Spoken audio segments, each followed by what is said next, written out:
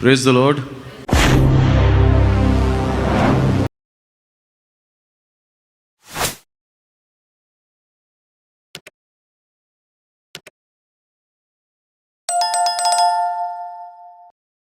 परमेश्वर का धन्यवाद हो, एक और अवसर दिया उसने हम उसके वचन में से सीखने के लिए। आइए आज के वचन को हम देखेंगे यशायाह में से।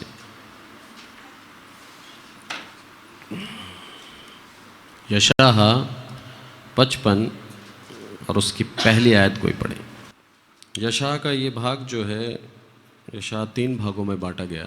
यदि हम थियोलॉजी के हिसाब से पढ़ें तो इस वाले भाग के अंदर इस्राएलियों का वापस लौटना और परमेश्वर के दास के द्वारा उनको प्रेरित करना कि वो धार्मिकता के साथ चले, न्याय के साथ चले, बलिदान चढ़ाया करें, प्रार्थना करें और परमेश्वर के करीब रहें। अब हम पढ़ें 55 का पहला। अहो सब प्यासे लोगों, पानी के पास आओ, और जिनके पास रुपया ना हो तुम भी आकर मोल लो और खाओ। दाख मधु और दूध बिन रुपए और बिना दाम ही आकर ले लो। धन्यवाद। यशायाह वो भविष्यवक्ता है जिसने प्रभु यीशु मसीह के आगमन की, पहले आगमन की भविष्यवाणी करी थी। इस आयत को यदि हम ध्यान से पढ़ें तो यह आयत कुछ कहना चाहती है। क्या लिखा है इसके अंदर? अहो सब प्यासे लोगों, पानी के पास आओ, और जिनके पास रुपया ना हो तुम भी आकर मोल लो और खाओ। जिसके पास पैसा नहीं है वो कैसे मोल ले सकता है? बाद में बोलता है सब बिन रुपये ले जाओ सब। रीज़न क्या है? हमारे पापों का दाम प्रभु यीशु मसीह ने चुकाया है। मुफ्त में सैल्वेशन नहीं मिला, मुफ्त में उद्धार नहीं मिला। मुफ्त में इस दुनिया में कुछ नहीं है। यहां पर लिखा है आओ, इसमें से पियो, इसमें से खाओ, क्योंकि तुम्हारा दाम जो है वो प्रभु यीशु मसीह चुका देगा। यह है सच्चाई, मुफ्त में नहीं है। इस चीज को बहुत ही गंभीरता से जब हम पढ़ते हैं तब हमारे समझ में आता है कि सच में जो चीज आज हमें इस प्रभु भोज में भागीदार होने का परमिशन देती है उसका दाम प्रभु यीशु मसीह चुका चुका। यही कारण था उसने अपने देह को दे दिया खाने के लिए, और उस दाखरस जो लहू को दर्शाता है वो दिया हमें। इसलिए बोल रहा है सब मुफ्त है तुम्हारे लिए, पर तुम्हारा काम क्या है? तुम्हें मेरे पास आना है। ये काम है एक मसीह का, बस, और कोई काम नहीं। हम जब उसके पास आएंगे तो वो हमारे लिए बैठा मिलेगा, इंतजार करता हुआ। ऐसा नहीं है कि हम जाएं और कोई ना मिले, वो मिलेगा। इसलिए हमारा दाम तो पहले ही चुक चुका, अब हमारे लिए सब मुफ्त है, क्योंकि उसने हमसे प्रेम रखा। बच्चे को समझ में आता है क्या? दुकान में जाते हैं, उसकी जो इच्छा होती है वो उठाता है, और उसके बाद उसको लगता है सब ऐसे ही लिखाते हैं, क्योंकि उसको थोड़ी पैसा देना है। पैसा किसने दिया? उसके पिता ने दिया। पर वो चीज उसके लिए मुफ्त नहीं है, उसका दाम चुकाया गया है। हमारा जीवन, हमारा उद्धार मुफ्त नहीं है। इसको बहुत ही ईमानदारी से आप उसके पीछे चलें। हम बहुत ही सौभाग्यशाली हैं कि प्रभु ने हमें चुना है,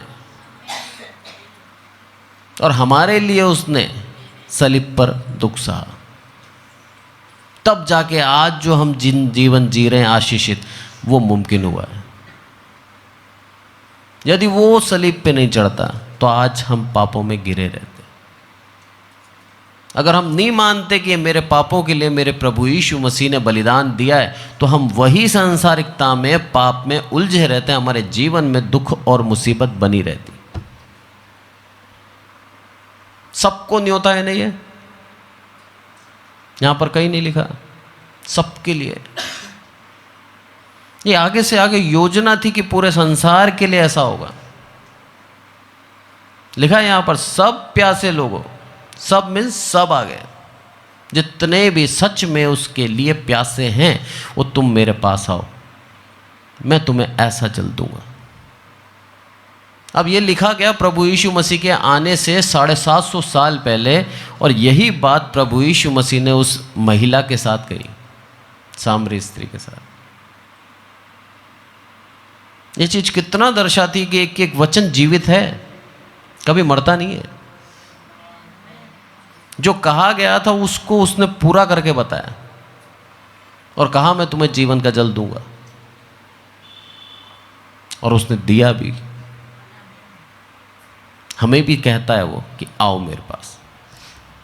अब हमारा कर्तव्य बनता है कि हमें बस उसके पास जाना है, बाकी सारी आशीष उसके पास है। इसी आयत को यदि हम प्रकाशित वाक्य में देखें तो प्रकाशित वाक्य 21:6 उसमें क्या कहता है? फिर उसने मुझसे कहा, ये बातें पूरी हो गई हैं। मैं अल्फा और ओमेगा, आदि और अंत हूँ। मैं प्यासे को जीवन के जल के सोते में से सेतमेत पिलाऊंगा। मैं प्यासे को जीवन के जल के सोते में से सेतमेत पिलाऊंगा। साहब, कोई मेहनत नहीं करनी उसको, कोई रिवॉर्ड नहीं है उसका।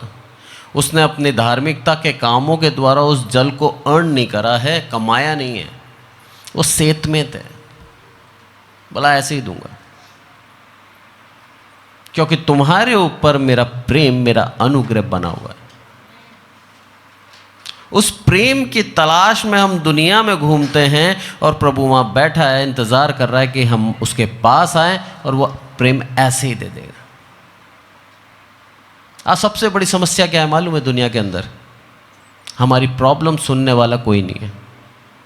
प्रॉब्लम सबके पास है, समस्या से ऐसा कोई इंसान नहीं है जो घिरा हुआ ना हो।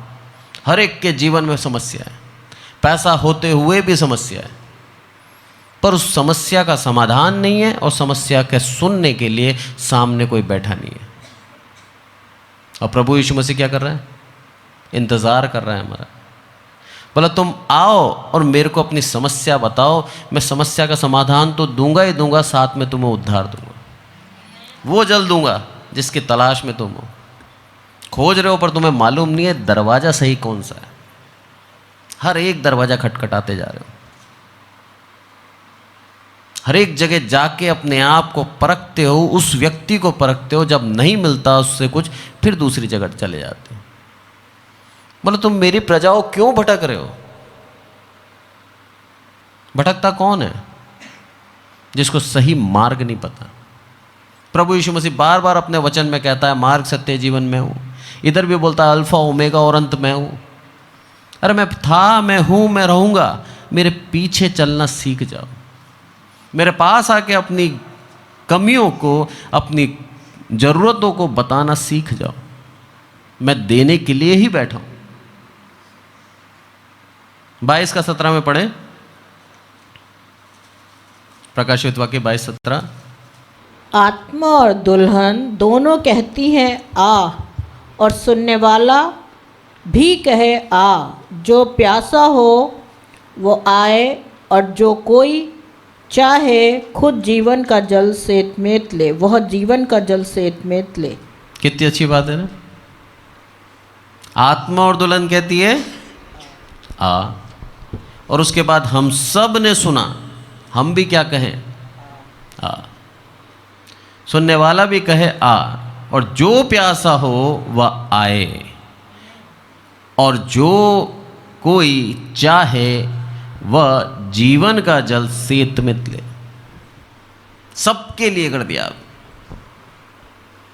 कितना बड़ा दया प्रभु की इस मनुष्य जाति के ऊपर है, थी और रहेगी। विशेष जाति करके इस्राएलियों को चुना और उनको आशीष दी, उनको समृद्ध करा, उनको बढ़ाया, सब कुछ उन्होंने पा लिया। जैसे ही पा लिया बोलते हैं हमें एक राजा दे दे। उस पद से प्रभु को हटा दिया। जिस जल में से पीते आ रहे थे, जिस आशीष के सोते में से लेते आ रहे थे, उस आशीष के सोते को साइड में कर दिया। बोला अब सब मिल गया मुझे, अब मुझे तेरी जरूरत नहीं है, मुझे एक राजा दे दे। बहुत दुख हुआ किसको? शमूएल को। बहुत दुख हुआ कि प्रभु कैसे कर सकते हैं, कैसे तेरी उन उपकारों को भूल सकते हैं। अगर लिस्ट आउट करा जाए तो पूरा पन्ने भर जाएं। इतने उपकार कर रखे थे प्रभु ने, कभी कोई युद्ध नहीं हारे, अपनी अनाज्ञाकारिता के कारण हारे, पर प्रभु की विश्वास योग्यता के द्वारा नहीं हारे। हर एक जगह जिताता गया और उनको पूर्ण रूप से क्या करा? पूरा का पूरा कनान देश बसा दिया, सब कुछ बस गए, यरूशलेम नगर बन गया। फिर बोलते हैं मुझे राजा दे दे अब, क्योंकि अब सबके पास राजा है, हमें भी चाहिए। ये चीज दर्शाती है कि उन इस्राएलियों को अलग करके भी वो सबके समान बने रहे। हम विशेष हैं, अपने आप को महत्वपूर्ण समझें, आम नहीं है हम। हमें विशेष आशीषों के लिए चुना गया है, हमें अधिकारी पद के लिए चुना गया है, हमें स्वर्ग राज्य के लिए चुना गया है।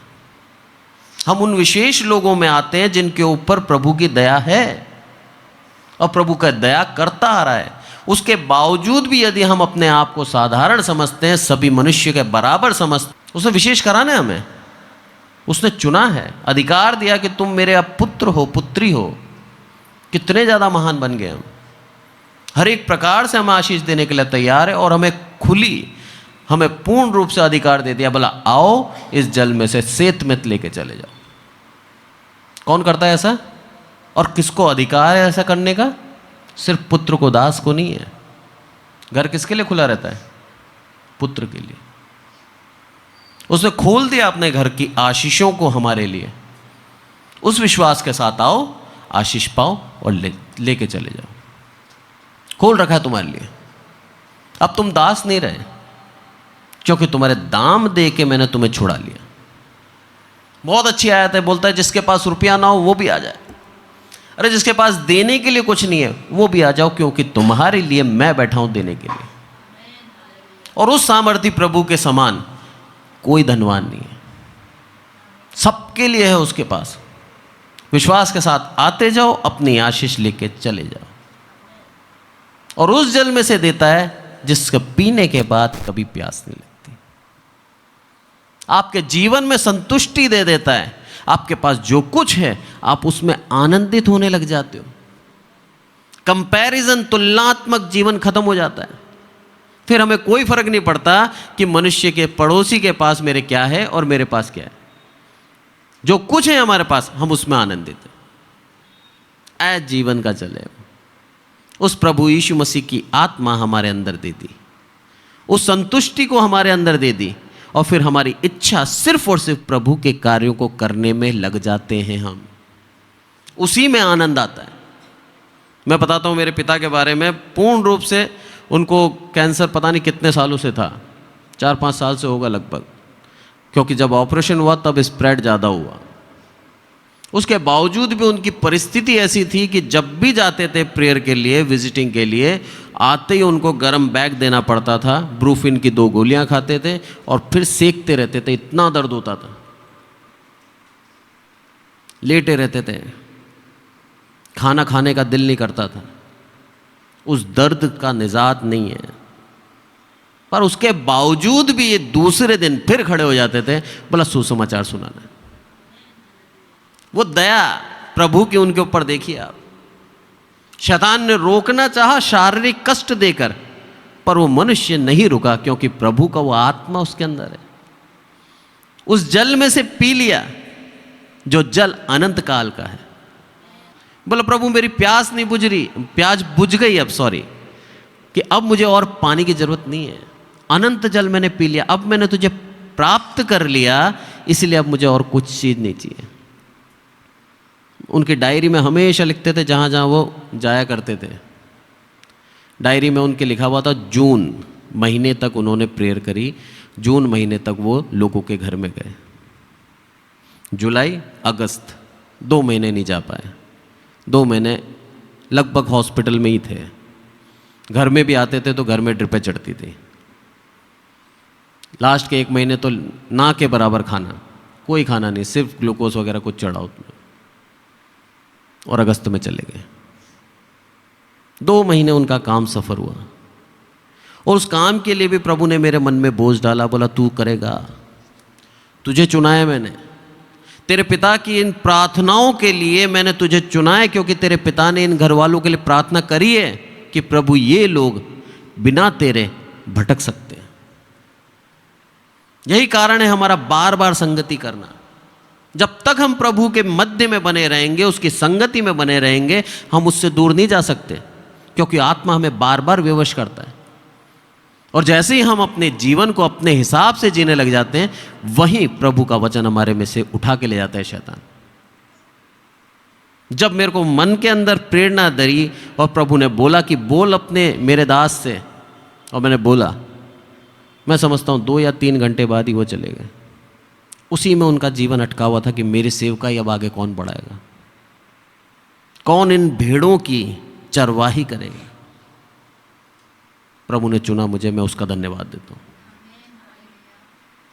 आज जैसे ही हम गए, अक्टूबर में हम गए थे, मुझे याद है अभी भी, मेरी मम्मी की स्थिति बहुत गंभीर, पकड़ के मेरे को हाथ लेके जाना पड़ता था, अगर छोड़ दूँ तो वो कहीं भी गिर सकती हैं। पर उसके बावजूद भी उनके मन में आया कि मैं तो जाऊंगी। और जाने के बाद उन लोगों ने क्या बोला सबसे पहले मालूम है? बोला हम चिंतित थे कि अब हमारा क्या होगा। अरे प्रभु ने उनकी चिंता का निवारण कर दिया। प्रभु सबसे प्रेम रखता है, ऐसा नहीं है कि किसी कोई विशेष है उसके लिए, वो न्यायी है, वो सबसे प्रेम रखता है। वो सबके लिए अलग अलग उपाय करके रखता है पहले से, इसलिए बोलता है वो आओ मेरे पास, मैं तुम में से एक भी प्यासा नहीं होगा, एक भी प्यासा नहीं होगा। सबके लिए उपाय है मेरे पास। बहुत से लोग रोने लगे और याद आई मेरे पिता की और कहने लगे सच में, बोला आज हम अब प्रभु का धन्यवाद दे रहे हैं कि प्रभु तूने हमारे लिए एक को खड़ा कर दिया, हम उनसे प्रार्थना करा सकते हैं, जो हमारे दिल की हलचल थी उसको तूने मिटा दिया। यह है प्रभु का काम। हम नहीं मालूम कि हम किस योग्य हैं, प्रभु को मालूम है किस योग्य है। अरे वो अयोग्य को योग्य बना देता है, सबसे बड़ी खासियत उसकी है। हम नहीं कह सकते हम योग्य हैं, उसको मतलब नहीं है। वो सिर्फ दिल चाहता है कि सच में ये मेरे पास आया, उस प्यास को लेके आया, मैं इसको खाली हाथ नहीं भेजूंगा।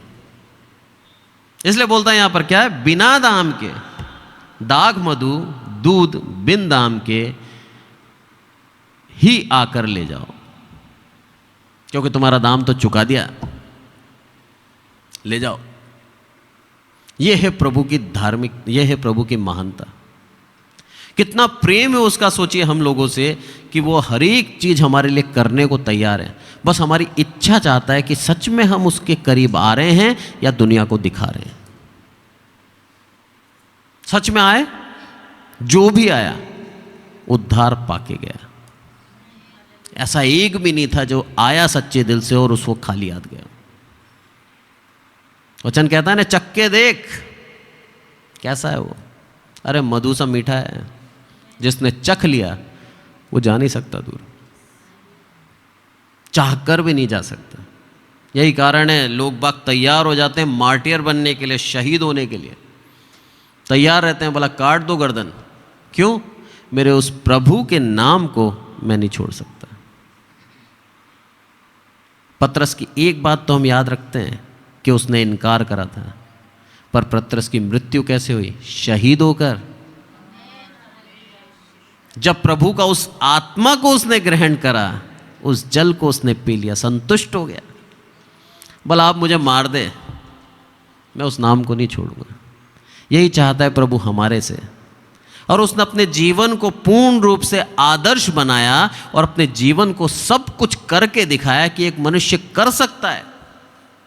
इसलिए बोलता है कि मेरा जुआ तुम्हारे लिए क्या है, सहज है, मेरा बोझ तुम्हारे लिए हल्का है। अरे मैंने खुद ने उठा के देखा है। वो खुद इस संसार में आया और ऐसी परिस्थिति में जिया कि हर एक प्रकार से उसने गरीबी का अनुभव किया, परिश्रम किया, सब कुछ करा।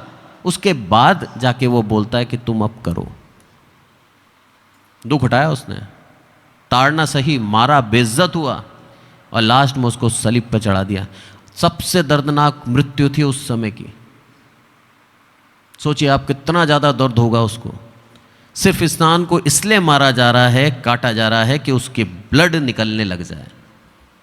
और उसको टांग दिया जाता था, बोला शाम तक इसका पूरा खून निकलेगा धीरे धीरे और ये मर जाएगा तड़प तड़प के। असहनीय पीड़ा होगी, असहनीय दर्द के मारे कराहट, चिल्लाहट। पर उसमें भी प्रभु यीशु मसीह अपने प्रभु से, अपने पिता से बातें करता है। उसमें भी बोलता है कि प्रभु इनको क्षमा करना, क्योंकि ये नहीं जानते ये क्या कर रहे हैं। उस दर्द के अंदर भी वो सिखाता है कि हमें सिर्फ और सिर्फ अपने पिता परमेश्वर के करीब आना है और कहीं नहीं जाना। हम उस दर्द में बने ना रहें, वो दर्द हट जाएगा हमसे यदि हमारा मार्ग हमें मालूम है कहाँ जाना है। और जब उसकी मृत्यु हुई तब जाके वो कहता है कि अब मेरे लिए कौन मरने को तैयार है, कौन है जो मेरे लिए जाएगा। अरे मैं मेरे पिता के लिए गया, आदर्श जीवन जिया, इसीलिए अब तुमसे कहता हूं कि तुम कर सकते हो क्या। और जो करता है आशीष पाता है। मुझे याद है बिली ग्राम के मैं बहुत मैसेज सुनता था, अभी समय नहीं मिलता। 99 ईयर्स के बाद उनकी मृत्यु हुई, 99 साल प्रभु ने उनको जीवित रखा। और वो एक ऐसा व्यक्ति जिसकी लाइव कॉन्सर्ट के अंदर, प्रचार के अंदर बोलो, करीबन 2 लाख 3 लाख लोग आके बैठ के सुनते थे, उससे कई ज़्यादा भी थे। हजारों लाखों लोगों को उद्धार का एक कारण प्रभु यीशु मसीह ने उनके जीवन के द्वारा किया। आज वो इस दुनिया में नहीं है, पर उसके बावजूद भी उनके वचन यूट्यूब पर आज भी मिल जाएंगे। छोटे छोटे रील्स बना के उनके जो लोग हैं उनको डाल रहे हैं और प्रभु का वचन काम कर रहा है। इसलिए बोलते हैं वचन मरता नहीं है। 750 साल पहले जो कहा गया था वही कार्य प्रभु यीशु मसीह ने अपने जीवन में आके करा। और इस तरह बोला कि हे सामरी, वो जीवन का जल दूंगा जिससे तुझे प्यास नहीं लगेगी। तू आई है मेरे पास, पर तू जानती नहीं है मैं कौन हूं। जान जा, जैसे ही जानेगी मांगना लग जाएगी। हम उसको जानते हैं तो मांगे उससे कि प्रभु मुझे तू तेरे वचन सिखा, तेरे वचन से मुझे संतुष्टि दे और मेरे जीवन को सिर्फ और सिर्फ तेरे नाम की महिमा के लिए इस्तेमाल कर। ये मांगे उससे। कार बंगला वगला कुछ नहीं है, वो तो अपने आप दे देगा। मत्ती में साफ कहता है कि पहले मेरे राज्य की खोज करो, ये सारी वस्तुएं जो भौतिक सुख सुविधाएं अपने आप तुम्हारे साथ आ जाएगी। और होता है, सच्चाई है। जब हम उसके राज्य की ईमानदारी से खोज करते हैं, प्रभु हमको किसी भी प्रकार से अछूता नहीं रखता। हर एक चीज हमें बहुतायत से देता है, क्योंकि उसको मालूम है इसका ध्यान इन भौतिक सुख सुविधा में नहीं है, इसका ध्यान मेरे में है। मुझे प्रेम करता है, मुझे प्राथमिकता देता है, मेरे आदर मान के लिए हर एक कार्य करने को तैयार है। बोले ये चीज़ें इसके लिए सेकेंडरी हैं। जब तक प्राथमिकता प्रभु को रहेगी, आपके जीवन में बहुतायत की आशीष आती रहेगी, आती रहेगी, आती रहेगी। इसी अध्याय में हम जाएंगे 55 में, यशायाह, और इसकी 8वीं आयत पढ़ें कि यहोवा कहता है, मेरे विचार और तुम्हारे विचार एक समान नहीं है, ना तुम्हारी गति और मेरी गति एक सी है। धन्यवाद। अरे वो कौन है हमें याद होना चाहिए। दाऊद राजा बोलता है ना तेरे प्रार्थना के वचन थोड़े हों, क्योंकि तू नहीं जानता तू किसके सामने है। उस चीज का स्मरण रख, वो स्वर्ग में और तू पृथ्वी पर है। यहां पर भी वो बोलता है, क्या बोलता है? क्योंकि यहोवा कहता है मेरे विचार और तुम्हारे विचार एक समान नहीं हैं। तुम क्या सोचते हो और मेरे मन में तुम्हारे जीवन के लिए क्या प्लानिंग है, वो बिल्कुल अलग है। हम सोचते बिल्कुल अलग है। मैं 12th क्लास में था जब मेरी इच्छा थी कि बाइबल कॉलेज करूं और पास्टर बनूं। मेरे पिता ने बोला पहले कुछ कमाओ, फिर जिस तरह से मैंने सेवकाई करी ऐसे सेवकाई करो। ठीक है, बाइबल कॉलेज नहीं करा, बीएससी करी, बीएससी के बाद एमबीए करना चाह रहा था, मैट करा, मैट में सक्सेसफुल हुआ, पर फाइनेंशियल कंडीशन कारण एमबीए नहीं कर पाया, निराशा में आ गया। इधर उधर जॉब करी, फिर दिमाग से निकल गया पास्टर बनने का, और उसी में बस सबसे फर्स्ट प्रायोरिटी क्या थी? पैसा। ज़्यादा से ज़्यादा कैसे पैसा कमाया जाए, हमारी इच्छाओं को हम कैसा पूरा करें। कंपनियां स्विच करता था, पेमेंट बढ़ जाती थी और आनंदित था, पर वो आनंद कुछ दिन का था, कुछ पल का था। कोई सी भी आप वस्तु खरीदें, कुछ समय के लिए आप आनंदित रहेंगे, 2 महीने, 6 महीने, साल भर पुरानी हुई, फिर उसका आनंद खत्म। पर प्रभु कैसे घुमा के लाया मुझे भी नहीं मालूम। मुझे भेजा कोटा से 400 किलोमीटर दूर, वहाँ जॉब करी, वहाँ से भेजा फिर कहीं और, ऐसे सब जगह घुमा फिरा के वापस लेके आया। और फिर यहाँ आके प्रभु ने मन में बोला तुझे चुन रखा था मैंने, तू काम करेगा, सही समय अब है। मेरी गति कुछ और थी, प्रभु की गति कुछ और थी। हम सोचते यूं हो जाए काम, बस आज सोचा कल से सब हो जाना चाहिए, पर प्रभु क्या बोलता है? मेरी गति और तेरी गति में अंतर है। अब भी दे दूंगा ना तुझे, तो अब भी तू छोड़ के भी भाग जाएगा। पहले उन परेशानियों में, दुखों में, तकलीफों से निकलना सीख, तेरे विश्वास को बढ़ा।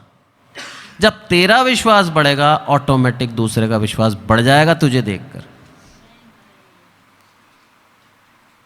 हम हैं मसीह, तो हमारे जीवन से भी मसीहत झलकनी चाहिए। सिर्फ बाइबल पढ़ने से नहीं होता, उस तरह से जीवन जिए कि दुनिया में देखकर मनुष्य कहे सच में ये मसीह है। और ये मैं कह सकता हूँ मेरे पिता के लिए, मुझ में अभी बहुत कमी है, पर मेरा पिता मेरे लिए आदर्श, और मैं चाहता हूँ उनके जैसा अपने जीवन को जीना।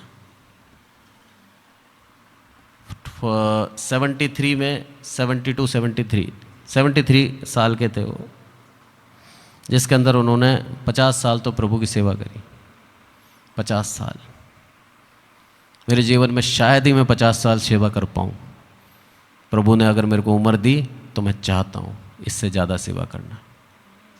पर एक आदर्श जीवन सोचिए, 22-23 साल से लग गए सुसमाचार सुनाने, और कंटिन्यू 50 ईयर्स सेवकाई करना बहुत बड़ी बात है। उस उत्साह, उस आनंद से हम आते तो हैं, पर कुछ सालों बाद खत्म हो जाता है। और वो कैसे भी हो सकता है, शैतान हमें कैसे भी तोड़ सकता है, हमारे बच्चे के द्वारा, हमारे शरीर के द्वारा कैसे भी तोड़ सकता है, और मनुष्य टूट जाता है, छोड़ देता है। पर मेरे पिता के ऊपर मेरे प्रभु का अनुग्रह देखिए आप, 50 साल तक निरंतर हाथ पकड़ के चलता रहा। बोला चल, उधर भी सुसमाचार सुनाना है, उधर भी सुसमाचार सुनाना है। एक अंकल मेरे से बोल रहे थे, बोला अगर देखा जाए तो तुम्हारे पिता ने कम से कम एक गांव जितने तो लोगों को सुसमाचार सुना दिया होगा, बल्कि ज़्यादा ही सुनाया होगा। बहुत बड़ी एक प्रभु की दया थी उनके ऊपर। और क्यों थी? क्योंकि पिता को धीरे धीरे सीखने में आ गया था कि परमेश्वर की गति क्या है। हमें आज समझ में नहीं आता है, पर एक समय आएगा हम भी उसकी गति को पहचान जाएंगे। दाऊद राजा कहता है अपने वचन के अंदर, मुझे अपनी गति सिखा, मैं उसके आधार पर चलूं। इसलिए बोलता है यहां पर, क्या बोलता है कि मेरे विचार और तुम्हारे विचार एक समान नहीं हैं, ना तुम्हारी गति और मेरी गति एक सी है, क्योंकि मेरी और तुम्हारी गति में, मेरे और तुम्हारे विचारों में आकाश और पृथ्वी का अंतर है। कितना बड़ा अंतर है, जिस अंतर को हम नहीं मिटा सकते। हम सोचते कुछ और हैं, प्रभु करता कुछ और है। हमारे जीवन में दुख डालता है, हम सोचते हैं अरे ऐसा कैसे हो गया। उस दुख में से क्या आशीष निकालता है वो यही जानता है, हमें नहीं मालूम। पर विश्वास योग्य बने रहें, इसके सिंपल उदाहरण से समझाता हूं मैं। यूसुफ का जीवन हम सब जानते हैं, कितना बड़ा दुख था। सबसे बड़ा दुख तो ये कि उसके भाइयों ने उसके साथ विश्वासघात किया। सोचिए, जिनके साथ वो उठ रहा बैठ रहा है, खेल रहा है, जिनको अपना भाई बोल रहा है, वो भाई उसको जान से मार डालना चाहते थे। क्या शौक हुआ होगा उसको सुन के, ये मेरे भाई है, अरे ये मेरे भाई, बड़े भाई पे मैं गर्व करता था। सब लोगों को बोलता था मेरे बड़े भाई में इतनी शक्ति, इतनी ताकत है। मैं क्यों बोल रहा हूँ? क्योंकि मुझे भी मेरे बड़े भाई पे गर्व है। वो मेरे से ज़्यादा बलवान है, शक्तिशाली है। कहीं भी कोई बात होती थी तो मैं मेरे बड़े भाई को लेके जाता है। तो वो भी छोटा था, उसके दिमाग में भी ये बातें आती होंगी, अपने भाई पे गर्व करता होगा। और ऐसे में जब उसके भाई ने उसको पकड़ा होगा, सब ने बोला अब इसको मार डालते हैं, सुनते ही उसका दिमाग खराब हो गया होगा। कितना बड़ा विश्वासघात सोचिए आप। और प्रभु यीशु, प्रभु परमेश्वर उसको होने दे रहा है, होने दे रहा है। यूसुफ ने सोचा होगा प्रभु परमेश्वर क्या हो रहा है ये मेरे साथ, हम बोलते ना। और उसको पकड़ लिया गया, मारा नहीं, बेच दिया गया। वो तो दुखी दुखी चला गया होगा पूरे रास्ते। बोला जिनको मैंने अपना समझा उन्होंने मेरे साथ विश्वासघात किया। उसने किसी और को बेचा, गुलामी का जीवन जी रहा है। सबसे बड़ी बात उसमें सीखने की क्या आती है मालूम है? हर एक परिस्थिति में प्रभु का धन्यवाद दिया और प्रभु की संगति में बना रहा। ये चाहता है प्रभु। तुझे मुझ पे विश्वास होना चाहिए। अरे दुनिया तेरे साथ विश्वासघात कर सकती है, पर तुझे मुझ पे विश्वास होना चाहिए।